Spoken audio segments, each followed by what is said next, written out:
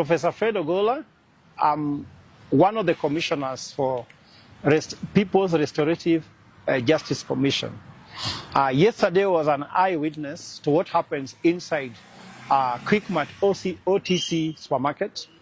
I went right inside. The policemen were all over the place. They were not allowing people to access the area, but even walk in that street nearby. We ate a lot of tear gas, but with a lot of resilience, I managed to get up to inside the supermarket. I also managed to talk to some eyewitnesses who observed the thing that happened between 4 p.m. on 25th up to very end yesterday, and they had a narrative they gave me. When I went to the supermarket, that narrative was confirmed. Now, this is the thing. When I arrived at the supermarket, I found that all the goods were more or less all intact. The sugar, coffee, ungangano, name it, all the properties which were there were all more or less intact. There could also be electronic things which were there, which were not taken. I even went inside the manager's office, nothing was taken. And you hope that normally when people are looting, the easiest thing to loot is money. The manager's office was never broken into, nothing was taken, even his computers were intact. He was even able to take the photos of those things.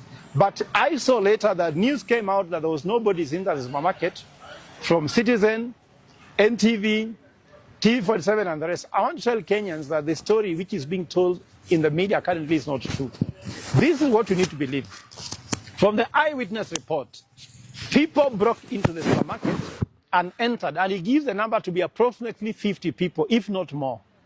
And after that, what followed was that the policemen tear gassed the place seriously. So there's a lot of tear gas that entered the supermarket. Unfortunately, that supermarket has very poor ventilation. And I'm sure you can go look at the walls, just look at the walls yourself.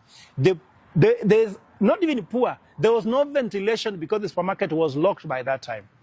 That means that these people must have been suffocated by tear gas and died. When the policemen discovered that the tear gas in the supermarket when people are inside without ventilation was dangerous and the people are dead, then they came up now. Murkomen went on site, the policemen cordoned the area so that they can remove the bodies is when they allowed the media to go in. Why didn't the policemen allow the media to go inside with them at the same time? Why was the media entering the place around 6 p.m.? When they knew very well in the morning, when Murkomen was there, there are bodies inside there. So don't believe that story at all.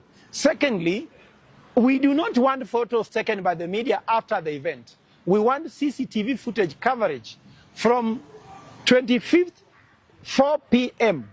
until 26th, 6 p.m. uninterrupted. Because the same way they deceived us, that Ojwang hit his head on the wall, and then could not give us the CCTV footages. It is when we got the CCTV footage of Mbagathi Hospital that the truth came. So that's where we stand. As far as I'm concerned, I'm asking Kenyans, if you left with anybody going for Mandamano, check whether your neighbor is there. Is there any missing people? Once we know there are missing people, the fact that I was told before I went inside, I didn't see any blood spots, so no one was shot inside the supermarket and died there. Also, the story that people were killed outside and brought inside the supermarket does not add up because there was no spot of blood inside the supermarket. The only likely theory and the only likely fact could be that people died of suffocation from gas, tear gas thrown by the police, because there was no ventilation. So that's the truth. Now, the second thing I want to talk about